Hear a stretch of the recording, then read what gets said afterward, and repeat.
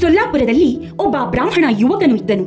ಆತನು MA LLB ಪರೀಕ್ಷೆಗಳಲ್ಲಿ ಉತ್ತೀರ್ಣನಾಗಿ ಆ ಸಂತೋಷ ಸಮಯದಲ್ಲಿ ಮಿತ್ರರಿಗೆಲ್ಲ ಭಾರಿ ಭೋಜನವನ್ನು ಏರ್ಪಡಿಸಿದನು. ತಾನು ಆ ಮಿತ್ರರೊಡನೆ ಭೋಜಿಸಿದನು. ಅದೇಕೋ ಒಂದು ಅವನು ತಿಂದ ಆಹಾರವೆಲ್ಲ ವಾಂತಿಯಾಯಿತು. ಅಂದಿನಿಂದ ಪ್ರತಿ ದಿನವೂ ಕೂಡ ತಿಂದ ಆಹಾರವೆಲ್ಲ ವಾಂತಿಯಾಗುತ್ತಿತ್ತು. ಅನ್ನ ಸಹಿಸುತ್ತಿರಲಿಲ್ಲ.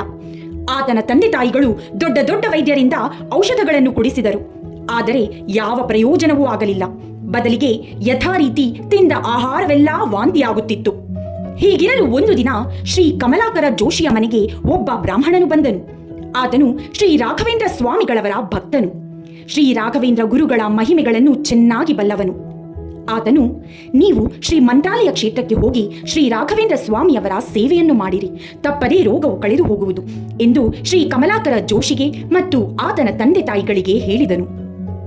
ಕಮಲಾಕರ ಜೋಶಿ ನಾಸ್ತಿಕನು, ದೇವರಲ್ಲಿ ಗುರುಗಳಲ್ಲಿ ವಿಶ್ವಾಸ ಇಲ್ಲದವನು. ಬ್ರಾಹ್ಮಣನು ಹೇಳಿದ ಮಾತುಗಳಿಗೆ ಕಿವಿಕೊಡಲಿಲ್ಲ. ಆದರೆ ತಂದೆ ತಾಯಿಗಳ ನಿರ್ಬಂಧದಿಂದ ಮಂತ್ರಾಲಯಕ್ಕೆ ಬಂದನು. ತುಂಗಭದ್ರಾ ನದಿಯೊಳಗೆ ಸ್ನಾನ ಮಾಡಿ ಮಠಕ್ಕೆ ಬಂದು ಶ್ರೀ ರಾಘವೇಂದ್ರ ಸ್ವಾಮಿಗಳವರ ವೃಂದಾವನಕ್ಕೆ ಜರುಗಿದ ಪಂಚಾಮೃತ ಅಭಿಷೇಕಗಳನ್ನು, ಪೂಜೆಗಳನ್ನು ಕಣ್ಣಾರೆ ನೋಡಿದನು. ಮಂಗಳಾರತಿಯನ್ನು ತೆಗೆದುಕೊಂಡು ಒಂದು ಮೂಲೆಯಲ್ಲಿ ಕುಳಿತನು. ಭಕ್ತರೆಲ್ಲರೂ ಭೋಜನೆಗಾಗಿ ಭೋಜನ ಶಾಲೆಯಲ್ಲಿ ಪ್ರವೇಶಿಸಿದರು. ತಿಂದ ಆಹಾರವು ವಮನವಾಗುವುದೆಂದು ಭೀತಿಯುಳ್ಳವನಾಗಿ ಕಮಲಾಕರ ಜೋಶಿ ಭೋಜನಕ್ಕೆ ಹೋಗಲಿಲ್ಲ. ಮಠದವರು ಆತನನ್ನು ಭೋಜನಕ್ಕೆ ಬರಬೇಕೆಂದು ಕರೆದರು. ಆದರೂ ತನ್ನ ವಿಷಯ ಹೇಳಿಕೊಳ್ಳಲು ನಾಚಿಕೆ ಪಟ್ಟು, ನನಗೆ ಹಸಿವಿಲ್ಲದ ಕಾರಣ ನಾನು ಬರುವುದಿಲ್ಲ ಎಂದನು. ಆದರೆ ಮಠದವರು ಬಹಳ ಬಲವಂತ ಮಾಡಿದ್ದರಿಂದ ಜೋಶಿಯು ಭೋಜನಕ್ಕೆ ಹೊರಟನು. ಭುಂಜಿಸಲಾರಂಭಿಸಿದನು.